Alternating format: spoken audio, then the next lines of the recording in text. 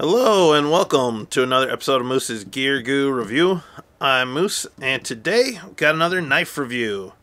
And this one has been out for a while, and I'm just late to the game. But this is the Kershaw Shuffle 2. Kershaw Shuffle 2.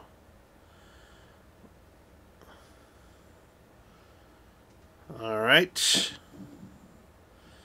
So there's that. Let's read into some specs with this cool looking guy, and I'll talk to you what I think about it. Alright, so the overall length is 6.25 inches, blade length is 2.5 inches long, cutting edge is 2¼ inches, blade thickness is 0.10, and then the handle length is 4 inches. Handle thickness is 0.4 inches thick, so pretty slim.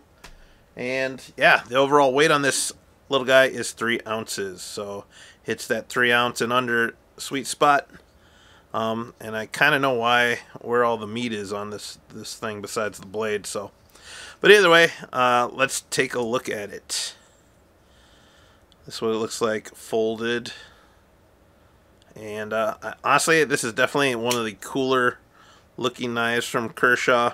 I really do like the overall look of this. We'll start with the blade. We have a Tonto, very stout Tonto, kind of drop point Tonto here. It is hollow grind with a plain edge for the main cutting surface, and that other angled edge is also plain edge. Tonto blades look really cool, especially this one. It has a black wash blade that looks really nice. Turned out really nice.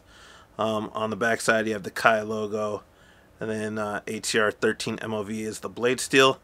You can see the detent indent there, which isn't very common in a lot of knives to have that exposed, but it's on this one, so whatever. You have an angled Kershaw logo as well on the blade stock there. That is also not very common, so there's definitely some unique kind of looks to this already. I do really like this extra little swedge up top. Just gives it one more different angle for light to shine off of, and just gives it a much more kind of geometric appearance besides that already angled Tonto blade.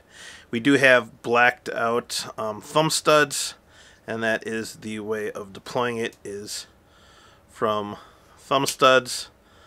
You can do that either left or right-handed there. And then two, with the compact size of this, they did take a portion of the blade tang to make a finger choil for you to bite up on. There's no jimping, and yeah, that's that. So now moving into the handle. The handle is definitely cool as well. It has this unique GFN handle scales that are textured and kind of printed out in a way that you have almost like a Rocky Mountain tread or whatever you've heard. Just gives it a unique feel and texture to it, as well as having that groove down the center. Yeah, there's a continuous arch throughout the handle into the tail of the knife, and there are some definite choils for fingers to be placed. We have a 2-finger choil towards the back here, and that's for your front finger, your middle finger, and then your 2 other fingers. So you do get a full 4-finger grip with the handle and that forward finger choil. All the hardware is blacked out. It is a partial flow-through construction. Pivot pin is blacked out, and then same with the pocket clip. It is 2-way left-right tip down only carry, which is unique, and it doesn't offer a deep carry pocket clip. It's just pretty nice though, because the clip actually mounts really high on the actual handle. And yeah, so if people are going to do a non-deep carry clip or a non-fold over, they need to really try to do that where they mount it as close to the top as possible. That being said, the multi-function tool of this is in the back, and we have a large lanyard loop or hole that terminates with a pry bar tip slash flathead, which works great. I use this end all the time, especially being a YouTuber, for my mounting plates on my lights or tripods or anything else. So really comes in handy a lot. And then two, you have a double-sided bottle opener for either side. Put the bottle in there and you pry, and it works either way. So ambidextrous bottle opener.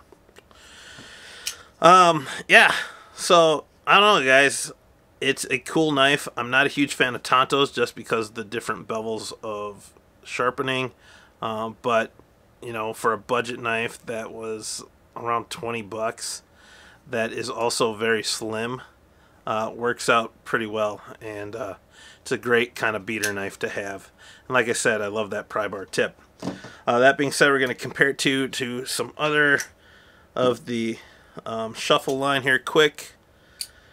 And this one isn't an actual shuffle, but people basically threw it into the shuffle family, kind of like that weird cousin, mostly because it ends with a flathead. There's that. We'll throw in a pair of 3, and yeah. So as you can see, it's most similar to the DIY.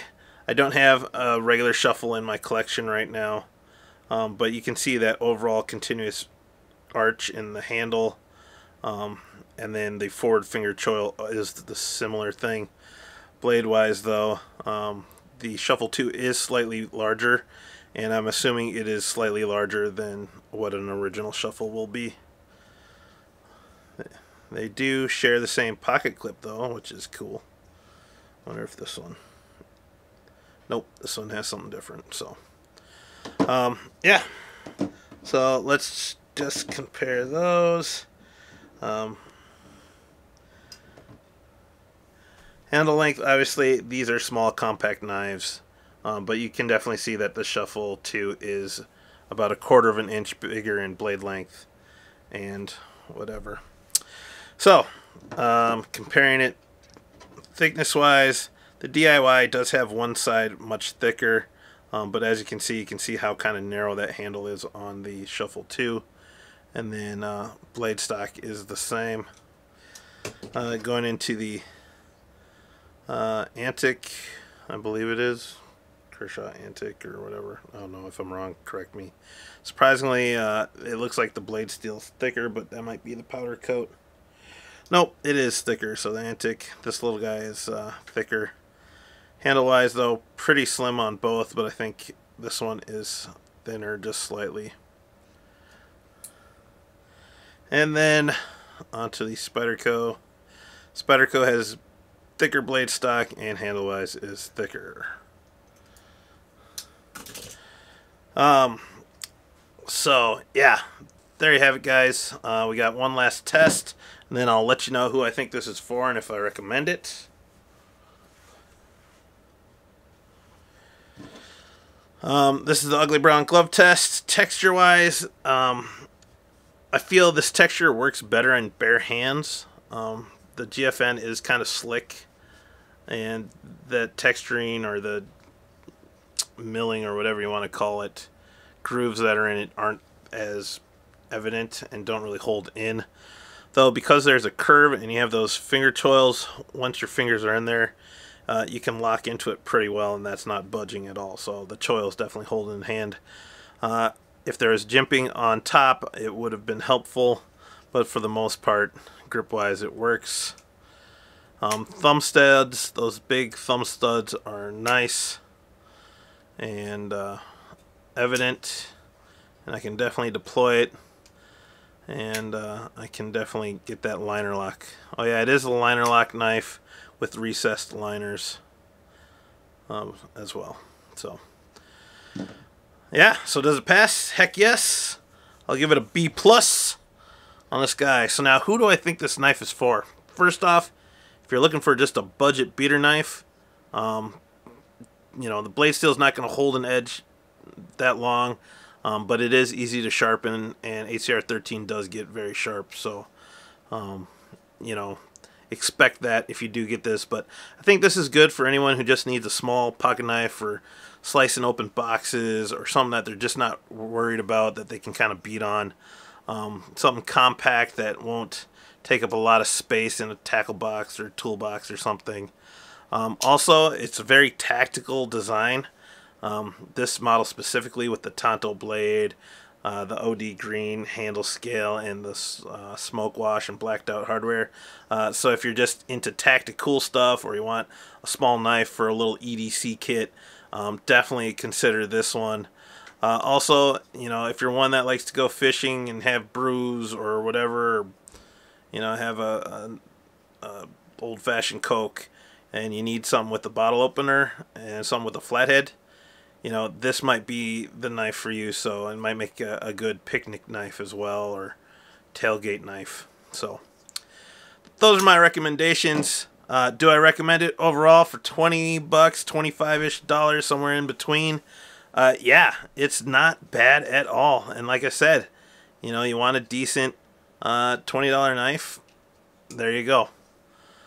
So if you're into Tontos and you like the looks, this does come in other colors as well. That'll make it more or less tactical looking. But either way, very cool looking knife, and I think it's definitely worth the price. So there you have it, guys. Please like, comment, and subscribe. Check out my other videos. Check out the eye in the upper right hand corner if it's there. Yeah, hit that bell notification, and check out my other videos, and I'll see you outside. Bye!